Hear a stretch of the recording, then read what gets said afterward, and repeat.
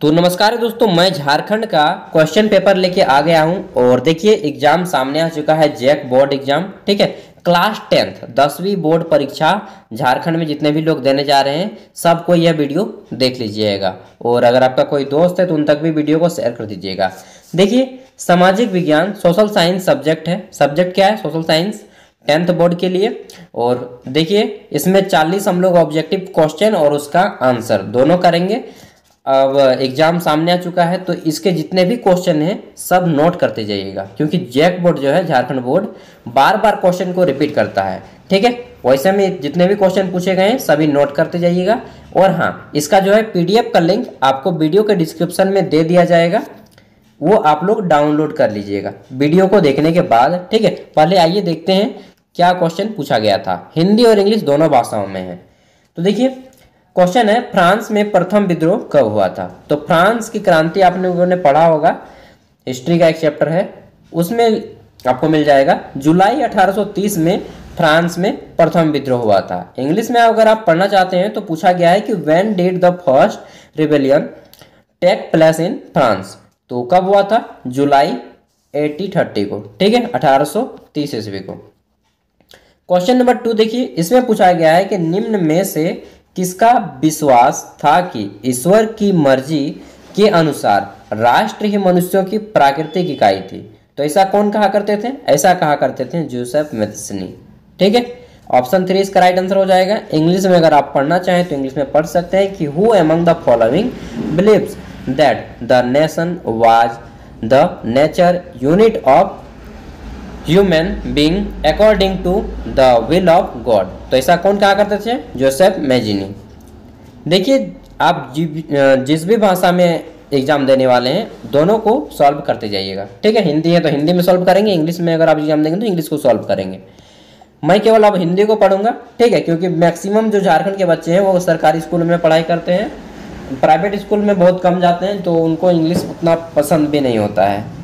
देखते हैं 3 नंबर इसमें पूछा गया है कि निम्न में से कौन सी घटना पूरे यूरोप के शिक्षित अभिजात वर्ग में, अभिजात वर्ग मतलब कि अमीर वर्ग, यही समझ लीजिए। ठीक है, यूरोप के शिक्षित अमीर वर्ग में राष्ट्रीय भावना का संचार किया?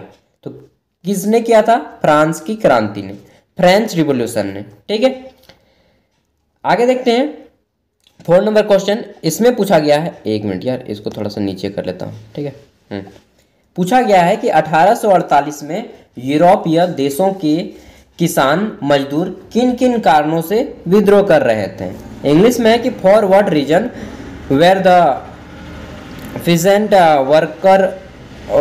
Worker of European countries revolting in 1848? तो क्या कारण था? देखिए बहुत सारे कारण थे। पॉवर्टी था, अनएम्प्लॉयमेंट था, ठीक है, उसके बाद हंगर था, और ये सभी यहाँ पे ऑप्शन में है तो इसका राइट आंसर हो जाएगा इनमें से सभी। ठीक है, बेरोजगारी भी थी उनमें, गरीबी भी थी और भूखमरी भी थी। तो इन सभी जो इतना आदमी जब झेलेगा तो विद्रोह करेगा ही करेगा। ऑप्शन 4 इसका राइट आंसर हो जाएगा इनमें से सभी। 5 नंबर क्वेश्चन देखते हैं। इसमें पूछा गया है कि निम्न में से किसने अपने उद्देश्यों के प्रसार के लिए यंग इटली नामक एक गुप्त संगठन बनाया? तो यंग इटली नाम की एक गुप्त संगठन बनाया था जोसेफ मैथियनी ने। ठीक है, ऑप्शन 2 इसका राइट आंसर हो जाएगा। 6 नंबर क्वेश्चन देखते हैं। तो इसमें पूछा गया है कि प्रथम विश्व युद्ध में रक्षा व्यय में भारी इजाफा होने के कारण खर्चे की भरपाई के लिए निम्न में से क्या किया गया? तो खर्चे की भरपाई के लिए करों में वृद्धि की गई। टैक्स जो है बहुत ज्यादा मात्रा में लिया जाना लेगा लोगों से। ठीक है, जैसे कि पेट्रोल का दाम देख रहे थे, पहले 60 रुपया था और फिर अचानक अभी 100 रुपया तक पहुंच गया है। यही चीज होता है टैक्स। ठीक है, नेक्स्ट क्वेश्चन है कि अहिंसा का धर्म सभी भारतीयों को एकता के सूत्र में बांध सकता है, यह विश्वास किनका था? तो एक ही आदमी थे अहिंसा के मार्ग पे सबसे ज्यादा फोकस किए थे, महात्मा गांधी। इनको हम लोग प्यार से बापू बोलते हैं ना। आगे देखते हैं क्वेश्चन नंबर 8। इसमें पूछा गया है कि जालियांवाला बाग, आप सभी ने पढ़ा होगा क्लास 10th का, सबका इंपॉर्टेंट, और मतलब कि ये क्वेश्चन तो सबको ही आता है। जालियांवाला बाग जो हत्याकांड हुआ था, ठीक है, उसमें पूछा गया है कि अमृतसर के गांव वाले लोग किस मेले में जा रहे थे या किस मेले की शिरकत करने के लिए जमा हुए थे। तो देखिए बैसाखी का मेला था, ठीक है। दिन कब था, तो 12 अप्रैल 1919 था ना, 14 अप्रैल 1919 था, 12 अप्रैल 1919 था, ठीक है। 12 अप्रैल 1919 बैसाखी का दिन था। जनरल डायर ने आकर के उस मेले में पूरा बंदूक फायरिंग कर दिया यार, जिससे कि वो जो कुआं था, कुएं में पूरे आदमी फुल हो गए थे, ठीक है। आप सभी को मालूम होगा जालियांवाला बाग हत्याकांड और चौरी चौरा कांड, ये दो जो क्वेश्चन है ना बहुत फेमस होते थे क्लास 10th में। 9 नंबर है, महात्मा गांधी द्वारा वायसराय इरविन को लिखे गए खत में सबसे महत्वपूर्ण मांग किस वस्तु पर लगाए गए कर को खत्म करने के बारे में था। तो किस वस्तु पर टैक्स लगाया गया था जिसको खत्म करने के बारे में था। तो देखिए नमक पे टैक्स लगा दिया गया था। जो हम लोग नमक खाते हैं ना, वो अभी नमक पे टैक्स नहीं है, नमक टैक्स फ्री है। उस समय नमक पर भी टैक्स लगाया गया, जबकि नमक समुद्र के जो होता है झाग उसी से प्राप्त होता था। तो महात्मा गांधी ने सविनय अवज्ञा आंदोलन चलाया था, ठीक है, और नमक कानून तोड़ा था। तो इसका राइट आंसर हो जाएगा नमक। इंग्लिश में नमक को क्या बोलते हैं, साल्ट। देखिएगा 10 नंबर क्वेश्चन, इसमें पूछा गया है कि हिंद स्वराज नामक पुस्तक के लेखक कौन है। हिंद स्वराज नामक पुस्तक के लेखक कौन है, तो हिंद स्वराज लिखा था महात्मा गांधी ने, ठीक है। और इसको किस भाषा में लिखा गया था, तो हिंद स्वराज को माई एक्सपीरियंस विद टूट को गुजराती भाषा में, हिंद स्वराज को हिंदी भाषा में ही लिखा गया था, ठीक है। इंग्लिश में है कि who is the author of the book Hind Swaraj. तो राइट आंसर क्या होगा, महात्मा गांधी। 11 नंबर क्वेश्चन देखते हैं, इसमें पूछा गया है कि जर्मनी के एकीकरण का श्रेय किसे दिया जाता है। जर्मनी को जो एक कर दिया, ठीक है, यूनिफिकेशन किया, उसका श्रेय किसको दिया जाता है। तो उसका श्रेय जो दिया जाता है ओटो वन बिस्मार्क को दिया जाता है। शॉर्ट में हम लोग बोलते हैं बिस्मार्क, ठीक है, बिस्मार्क। आगे देखते हैं 12 नंबर क्वेश्चन। तो क्वेश्चन आ ही गया चौरी चौरा कांड वाला। चौरी चौरा कांड किस वर्ष हुआ था। तो चौरी चौरा कांड हुआ था 1922 ईस्वी में, ठीक है, जो कि एक पुलिस थाने में पुलिस कर्मियों को जिंदा जला दिया गया था। ऐसी घटना दर्ज आई थी सामने। अब मालूम नहीं इतिहास में क्या हुआ था। 13 नंबर क्वेश्चन है कि पवन द्वारा मैदान अथवा ढालू क्षेत्र से निर्मित पवन द्वारा मतलब कि हवा के माध्यम से ढालू क्षेत्र यानी कि जो गड़गड़ान का क्षेत्र होता है, ढलावा क्षेत्र, ठीक है, क्षेत्र में मृदा यानी कि मिट्टी को उड़ा ले जाने की प्रक्रिया को क्या कहा जाता है। तो इसे मृदा अपरदन कहा जाता है या पवन अपरदन। तो पवन द्वारा मैदान अथवा ढालू क्षेत्र में मृदा को उड़ा ले जाने की प्रक्रिया को कहा जाता है मृदा अपरदन। यहाँ पे ये क्वेश्चन ऑप्शन 3 सही होगा, ठीक है, मृदा अपरदन। यार ये क्वेश्चन मुझे डाउट लग रहा है, मृदा अपरदन होगा या पवन अपरदन होगा, 1 मिनट मुझे सोचने दीजिए। तो दोस्तों इसका राइट आंसर पवन अपरदन ही होगा, ठीक है, विंड इरोजन, इंग्लिश में बोलेंगे विंड एरोजन। आगे देखते हैं 14 नंबर क्वेश्चन। तो इसमें पूछा गया है कि उत्पत्ति के आधार पर संसाधनों को 2 भागों में विभाजित किया जा सकता है, उनके नाम क्या है। तो देखिए उत्पत्ति के आधार पर संसाधनों को, रिसोर्सेज को 2 भागों में बांटा जा सकता है। उनको हम लोग बोलते हैं जैविक और अजैविक, ठीक है, यानी कि इंग्लिश में बोलेंगे बायोटिक और एबायोटिक। ऑप्शन 3 इसका राइट आंसर हो जाएगा। फिर देखते हैं 5 नंबर क्वेश्चन। एक चीज मैं नोट करने के लिए बोलूंगा कि जितने भी सरकारी स्कूल के बच्चे हैं वो सभी आंसर हिंदी के नोट क्वेश्चन आप हिंदी से ही लिखेंगे, लेकिन आंसर हिंदी और इंग्लिश दोनों में लिखेंगे, ठीक है, क्योंकि धीरे धीरे आप लोग इंग्लिश मत बुझ कीजिएगा, क्योंकि झारखंड के बच्चों का इंग्लिश बहुत कमजोर होता है, ठीक है। क्वेश्चन है निम्न में से किस मृदा को रेगुड़ मृदा भी कहा जाता है। तो देखिए काली मृदा को रेगुड़ मृदा के नाम से भी जाना जाता है। Which of the following soil is known as regur soil. तो रेगुड़ मृदा ब्लैक सॉइल को कहा जाता है। ऑप्शन 2 इसका राइट आंसर हो जाएगा। 16 नंबर क्वेश्चन देखेंगे। तो इसमें बोला गया है कि जून 1992 में ब्राजील के किस शहर में प्रथम अंतर्राष्ट्रीय पृथ्वी सम्मेलन का आयोजन किया गया था। इंग्लिश में है कि in which city of Brazil the first international earth conference was organised in June 1992। तो दोस्तों ब्राजील की राजधानी पहले हुआ करते थे रियो डी जेनेरियो, ठीक है, रियो डी जेनेरियो, और वहीं पे प्रथम पृथ्वी शिखर सम्मेलन आयोजित किया गया था। नेक्स्ट देखते हैं 17 नंबर क्वेश्चन। तो इसमें पूछा गया है कि निम्न में से भारत के किस राज्य में खनिजों और कोयले के प्रचुर भंडार हैं। तो भारत के किस राज्य में खनिज और कोयले के प्रचुर भंडार हैं? देखिए, झारखंड, मध्य प्रदेश और छत्तीसगढ़, ये 3 राज्य हैं जहाँ पे खनिज में कोयला, और विशेष रूप से छत्तीसगढ़ में सबसे ज्यादा कोयला पाया जाता है, उसके बाद झारखंड में, उसके बाद मध्य प्रदेश में, और सबसे ज्यादा खनिज झारखंड में पाया जाता है। ठीक है, तो ये 3 राज्य पूरा भरे पड़े हैं खनिजों के कारण। आगे देखते हैं नेक्स्ट क्वेश्चन 18 नंबर। इसमें पूछा गया है कि भारत में भूमि का कितना प्रतिशत भू क्षेत्र मैदान के रूप में है। तो भूमि का 43% क्षेत्र मैदान के रूप में है। 19 नंबर क्वेश्चन देखते हैं। तो इसमें पूछा गया है कि देश के क्षेत्रफल का लगभग 27% हिस्सा खनिज, जीवाश्म ईंधन और वनों के अपार संचय के रूप में किस क्षेत्र को जाना जाता है। तो देखिए, इस क्षेत्र को जाना जाता है पठारी क्षेत्र। ठीक है, क्या बोलते हैं हम लोग? पठार बोलते हैं। जैसे कि छोटा नागपुर का पठार, तिब्बत का पठार, पामीर का पठार। ठीक है, इंग्लिश में प्लेटो बोलते हैं। आगे देखते हैं, क्वेश्चन है 20 नंबर। इसमें पूछा गया है कि पंजाब में भूमि निम्नीकरण का मुख्य कारण क्या है।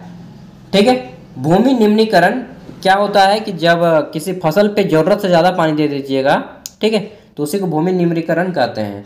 तो अधिक सिंचाई, सिंपल सी बात है। ठीक है,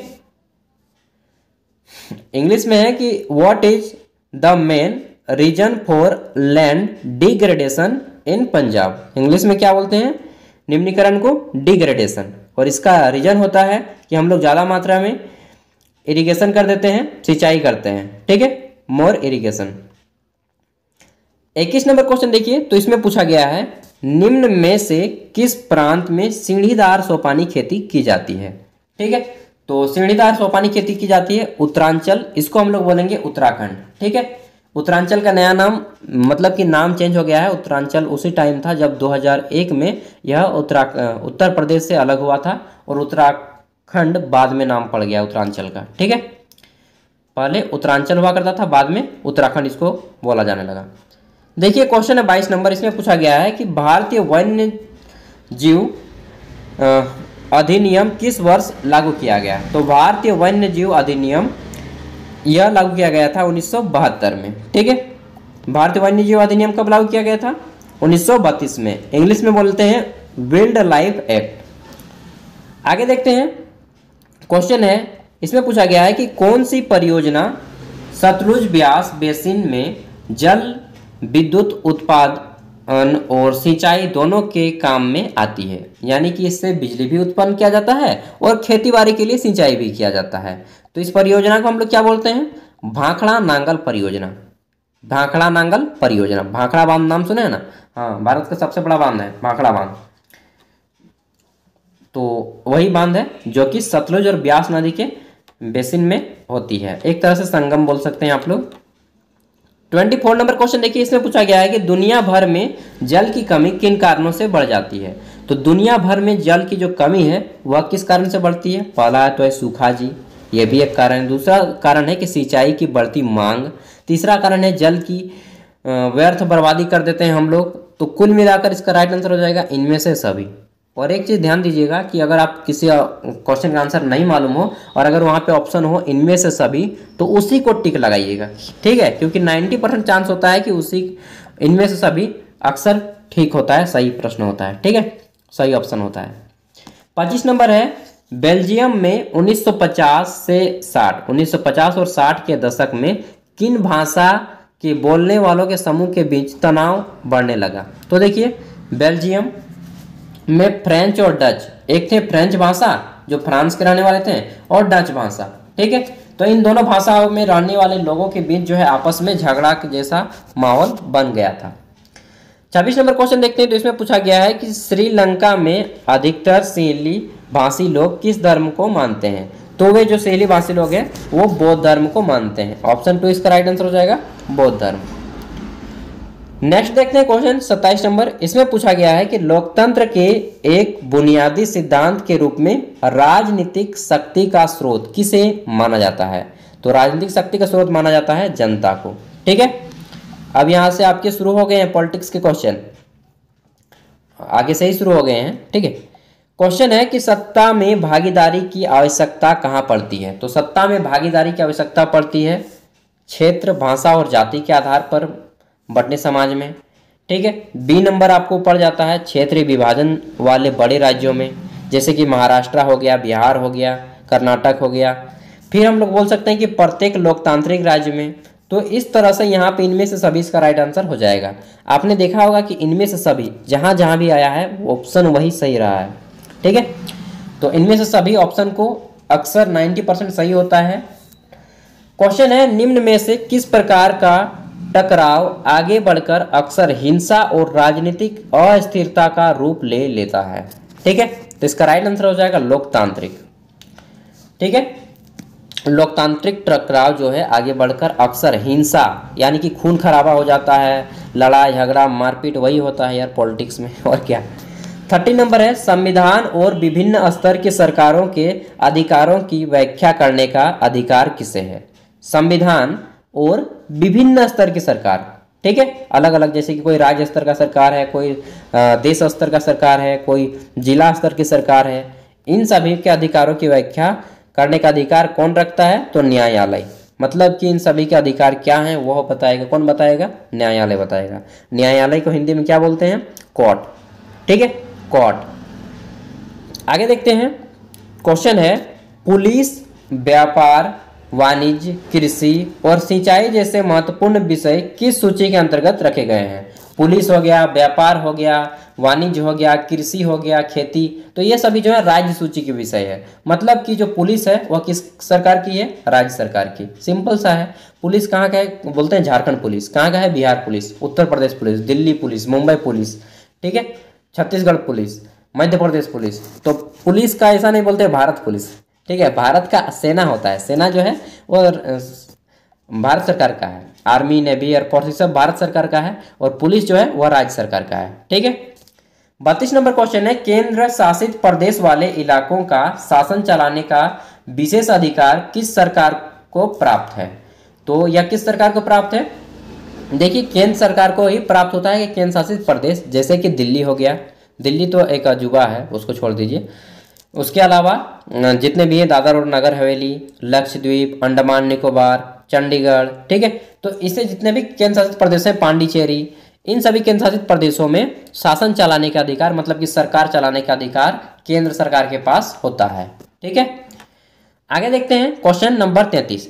इसमें पूछा गया है कि जब केंद्र और राज्य, केंद्र सरकार जैसे कि मोदी और राज्य सरकार, आपके राज्य सरकार का जो भी है, से शक्तियां लेकर स्थानीय सरकारों को दी जाती हैं, तो इसे क्या कहा जाता है? तो इसे कहा जाता है सत्ता का बंटवारा या सत्ता का विकेंद्रीकरण। सत्ता का बंटवारा। ठीक है। आपको एक दो पॉलिटिकल साइंस के क्वेश्चन आपको समझ में नहीं आ रहे होंगे, राजनीतिक विज्ञान के, कोई बात नहीं, समझ में आ जाएंगे धीरे धीरे। क्वेश्चन है, आर्थिक विकास के अंतर्गत सम्मिलित लक्ष्य है। तो आर्थिक विकास मतलब कि धन का विकास एक तरह से समझ लीजिए। इसमें नियमित बेरोजगारी को दूर करने के लिए रोजगार देना होगा। ठीक है। स्वतंत्रता देना होगा, बेहतर मजदूरी देनी होगी। तो आर्थिक विकास के अंतर्गत सम्मिलित लक्ष्य क्या हैं? इसमें राइट आंसर हो जाएगा इनमें से सभी। लेकिन नियमित बेहतर मजदूरी, स्वतंत्रता, दोस्तों स्वतंत्रता जो है यह पॉलिटिकल का क्वेश्चन है। ठीक है। आर्थिक विकास के अंतर्गत आपका नियमित मजदूरी आ जाएगा कि काम मिले भाई, रेगुलर काम मिले। ठीक है। तो नियमित मजदूरी रखिए। आगे देखते हैं। क्वेश्चन है, इसमें पूछा गया है कि भारत के किस राज्य में गरीबी का प्रतिशत सबसे अधिक है? तो भारत के छत्तीसगढ़ राज्य में गरीबी का प्रतिशत सबसे अधिक है। उसके बाद जो है आपका बिहार है, फिर झारखंड है, उड़ीसा है। ठीक है। यही सब राज्य हैं, और यह प्रत्येक साल बदलता रहता है। अभी की बात किया जाए तो ऐसा ऑप्शन में नहीं देना चाहिए, क्योंकि ये सभी आमने सामने के राज्य हैं। छत्तीसगढ़ भी गरीब है, उड़ीसा भी गरीब है, बिहार भी गरीब है। तो इन तीनों के बीच में ना कन्फ्यूजन क्रिएट हो जाता है। तो 2021 में था छत्तीसगढ़, 22 में अभी जो है बदल गया है। तो ये सब करंट अफेयर के क्वेश्चन है, इसको क्वेश्चन को नहीं देना चाहिए था, लेकिन दे दिया है, कोई बात नहीं। ठीक है। अगर आ जाए एग्जाम में तो आप लोग छत्तीसगढ़ मार दीजिएगा। आगे देखते हैं। क्वेश्चन है, भारत में प्रच्छन्न बेरोजगारी सामान्य किस क्षेत्र में दिखाई देता है? तो भारत में प्रच्छन्न बेरोजगारी सामान्यतः कृषि क्षेत्र में दिखाई देता है। मतलब कि प्रच्छन्न बेरोजगारी इसे कहते हैं छिपी हुई बेरोजगारी। आदमी जिसमें काम करता हुआ तो दिखता है लेकिन काम नहीं कर रहा होता है, ठीक है। जितने आदमी की जरूरत है उससे ज़्यादा आदमी काम पे जुड़ जाते हैं, उसी को बोला जाता है छिपी हुई बेरोजगारी चाहे प्रच्छन्न बेरोजगारी। क्वेश्चन है भारत किस वर्ग के देशों में आता है? तो भारत क्या है? विकासशील देश है। और यहाँ पे आय कैसा है? निम्न आय है, लो इनकम है, ठीक है। कोई आदमी 5,000 कमा रहा है तो कोई आदमी 5 लाख कमा रहा है, ठीक है। ऐसा देश है। कोई आदमी 5,000 नहीं कमा पाता है यार महीना में, ठीक है। तो समझ सकते हैं आप लोग अच्छे से, क्योंकि आप लोग भारत में शुरू से गरीबी देखे होंगे और स्पेशली आप लोग झारखंड के राज हैं तो गरीबी तो खूब देखे होंगे यार, झारखंड में इतना गरीबी है।